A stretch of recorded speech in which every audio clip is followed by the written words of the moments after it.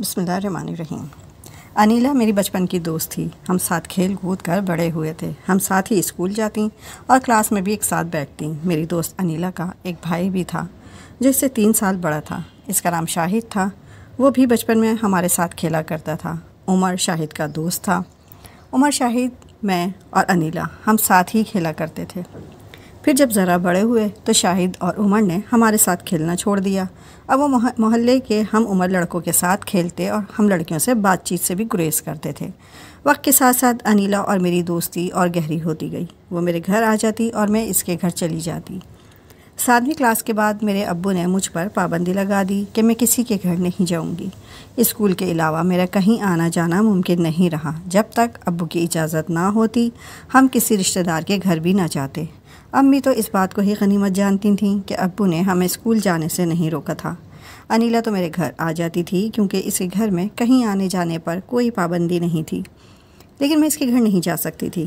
تاہم روز ہی اسکول میں ہماری ملاقات ہو جاتی تھی۔ ہمارے گاؤں کے پاس ایک بہت بڑا میدان تھا۔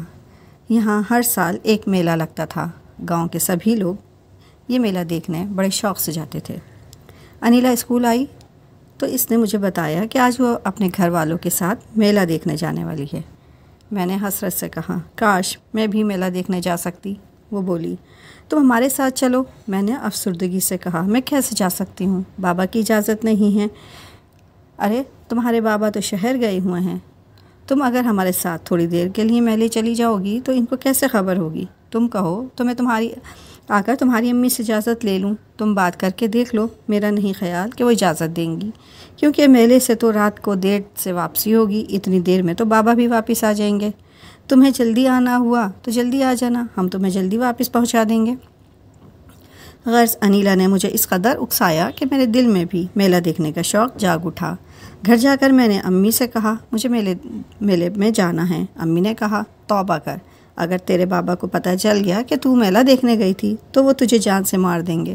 جانتی نہیں وہ کتنے سخت مزاج ہیں۔ امی کے انکار پر میں بیٹھی رو رہی تھی کہ انیلا اور اس کی بہن آ گئیں اور امی سے منتیں کرنے لگیں کہ آنٹی اینی کو ہمارے ساتھ جانے کی اجازت دے دیں۔ ہمارے ساتھ ہماری امی بھی ساتھ جا رہی ہیں، چچی بھی، اور ہم شاہد بھائی کے ساتھ جا رہے ہیں۔ امی نے کہا کہ اس کے بابا کی اجازت نہیں ہے، ان کو علم ہو گیا تو سخت غصہ ہوں گے۔ آنٹی ہم 1 گھنٹے تک واپس آ جائیں گے، انیلا نے امی کو بتایا۔ امی نے بہت مجھے دل گرفتہ دیکھ کر کہا، ٹھیک ہے چلی جاؤ، لیکن 1 گھنٹے سے زیادہ نہ رکنا، جلدی واپس آ جانا۔ اور انیلا کو بھی تاکید کر دی کہ تمہارے اصرار پر اجازت دے رہی ہوں، مگر تم جلد واپس آ جانا۔ شام کو انیلا اور اس کی بہن مجھے لینے آ گئیں۔ میلہ واقعی بہت اچھا تھا۔ وہاں ایسی چیزوں کے اسٹال لگے تھے کہ آنکھیں خیرہ ہو رہی تھیں۔ بہت سی چیزوں کو دیکھ کر جی چاہتا تھا کہ ان کو خرید لیں۔ 1 گھنٹے کی اجازت ملی تھی۔ گھنٹہ تو پلک جھپکتے میں گزر گیا تو میرا دل گھبرانے لگا اور میں نے انیلا سے کہا، مجھے واپس گھر جانا ہے۔ وہ بولی، ابھی تو ہم نے آدھا میلہ بھی نہیں دیکھا، اتنی جلدی جانے کا کہہ رہی ہو؟ کتنی مشکل سے تو اجازت ملی ہے۔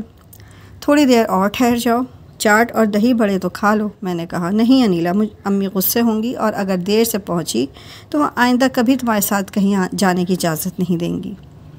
میں ان کا اعتبار کھونا نہیں چاہتی، مجھے گھر جانا ہے۔ تو اس نے کہا، اچھا رکو، میں شاہد بھائی سے کہتی ہوں، وہ تم کو گھر چھوڑ آئیں گے۔ شاہد اور عمر بھی میلہ دیکھنے میں مہو تھے، مگر میرے خاطر شاہد کو میلہ چھوڑ کر آنا پڑا۔ چونکہ یہ میلہ ہمارے گھر کے قریب ہی تھا تو ہم پیدل ہی گئے تھے اور پیدل ہی واپس آ رہے تھے۔ شاہد میرے ساتھ تھا۔ ہم باتیں کرتے گھر کی طرف جا رہے تھے۔ جب گھر کے قریب پہنچے تو اس نے کہا، اینی تمہیں یاد ہے کہ ہم بچپن میں ساتھ کھیلا کرتے تھے؟ ہاں شاہد، مگر جب ہم چھوٹے تھے، مگر جب بڑے ہوئے تو ہم پر پابندی لگ گئی۔ ایسا کیوں ہوتا ہے شاہد کہ ہم بڑے ہو جائیں تو دوستوں سے بھی ملنے سے روک دیتے ہیں ہمارے بڑے؟ بس بڑوں کی مرضی۔ دیکھو مگر آج ہمیں اللہ نے ملانا تھا تو تم میلہ دیکھنے آ گئیں۔ مجھے بہت اچھا لگ رہا ہے۔ کیا تمہیں بھی مجھ سے مل کر خوشی ہو رہی ہے؟ ہاں، مجھے بہت دنوں بعد ملے ہیں نا ہم، اس لیے۔ اگر تمہاری شادی ہو گئی تو پھر ہم کبھی نہیں مل سکیں گے نا؟ مگر جب میں شادی ہی نہیں کروں گی؟ شادی تو سب لڑکیوں کی ہوتی ہے، تمہاری بھی ہوگی، تم کرو یا نہ کرو۔ شادی لڑکیاں خود تھوڑی کرتی ہیں، ان کے ماں باپ کرتے ہیں، مگر کسی لڑکی کے ماں باپ رشتہ لاتے ہیں تبھی تو ہوتی ہے لڑکیوں کی شادی۔ میں نے بے ساختہ ایک بات کہی اور شاہد نے مجھے معنی خیز انداز میں دیکھا۔ جیسے وہ میری اس بات کا مطلب سمجھ گیا ہو۔ وہ بولا، میں اگر اپنی امی کو تمہارے گھر بھیجوں رشتے کے لیے تو؟ ابھی یہ بات اس نے منہ سے نکالی ہی تھی کہ میرے بابا سامنے گلی سے آتے دکھائی دیے۔ انہوں نے ہمیں دیکھ لیا تھا، ہم گھر سے نزدیک آ چکے تھے۔ میں دوڑ کر گھر کے اندر چلی گئی اور شاہد اپنے گھر کی طرف بڑھ گیا۔ بابا کے تو یہ گمان میں بھی نہ تھا کہ میں میلے میں گئی تھی اور شاہد مجھے گھر چھوڑنے آیا تھا۔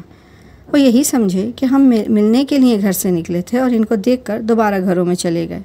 بس پھر گھر آتے ہی باپا نے جوتا اتار لیا اور مجھے خوب مارا۔ امی مجھے خاموشی سے پٹتا دیکھتی رہیں، کیونکہ میلے پر جانے کی اجازت انہوں نے ہی دی تھی اور وہ اب اپنی شامت بلوانا نہیں چاہتی تھیں۔ میرے بابا غصے کے بہت تیز تھے۔ وہ اگر میلے کا نام لیتی تو شاید بابا ان کو طلاق ہی دے ڈالتے، لہٰذا خاموشی میں ہی عافیت تھی۔ میں نے مار کھا لی مگر لب نہ کھلے کہ اگر میلے کا نام لیا تو پھر کسی کی خیر نہ ہوگی۔ میلے میں جانے کا سب سے بڑا نقصان یہ ہوا کہ بابا نے میرا اسکول جانا بند کر دیا۔ اب میری دونوں بہنیں تو اسکول جاتی تھیں مگر میں اسکول نہیں جا سکتی تھی، جس کا مجھے شدید دکھ تھا۔ میرے رونے دھونے کا اثر اب کس پر ہونا تھا؟ امی نے کہا، اس وقت کو میں نے منع بھی کیا تھا کہ میلے پر نہ جا، پر تو نے اصرار ہی کیا اور اپنی سہیلی کو وکیل کر دیا۔ اب بھگت اپنی ضد کو۔ میں کیا کروں؟ کیا مجھے گھر سے نکلوانا ہے تجھے؟ خدا کرے ان کو کبھی تیرے میلے پر جانے کی خبر نہ ہو، ورنہ میری بھی خیر نہ ہوگی۔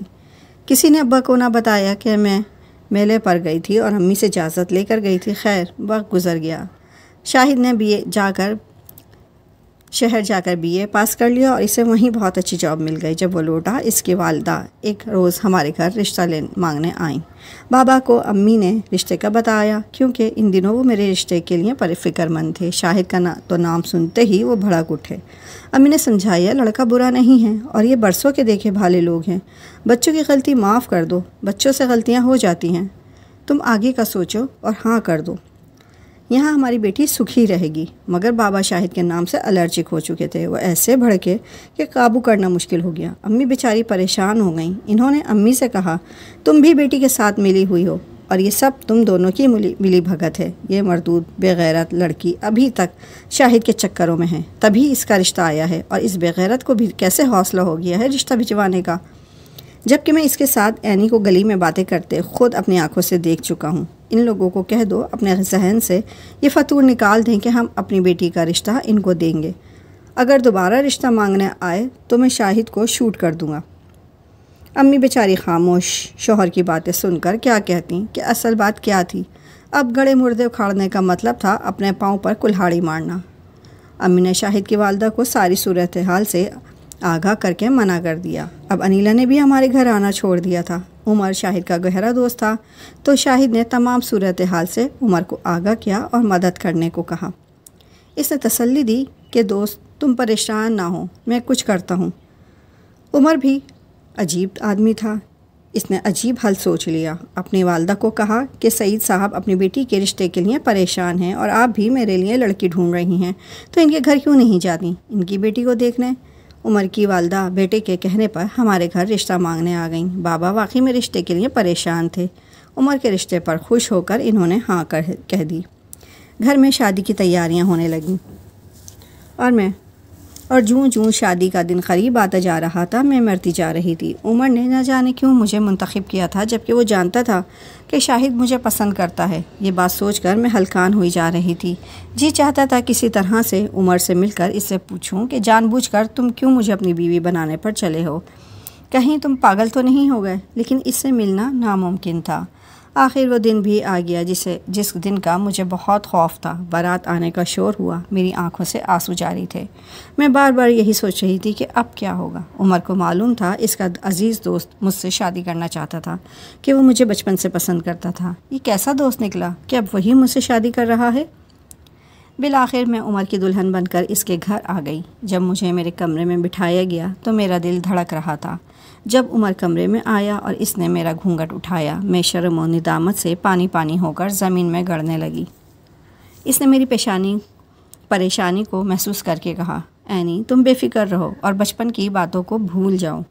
مجھے معلوم ہے شاہد نے تمہیں چاہا مگر تمہارے بابا نہیں چاہتے تھے کہ وہ ان کا داماد بنے۔ مجھے معلوم ہے کہ تم میلے پر اپنے بابا کو بغیر بتائے انیلا کے ساتھ گئی تھی۔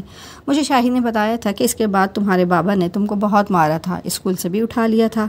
تب مجھے بہت دکھ ہوا تھا کیونکہ تم بے قصور تھیں اور شاہد کا بھی کوئی قصور نہیں تھا۔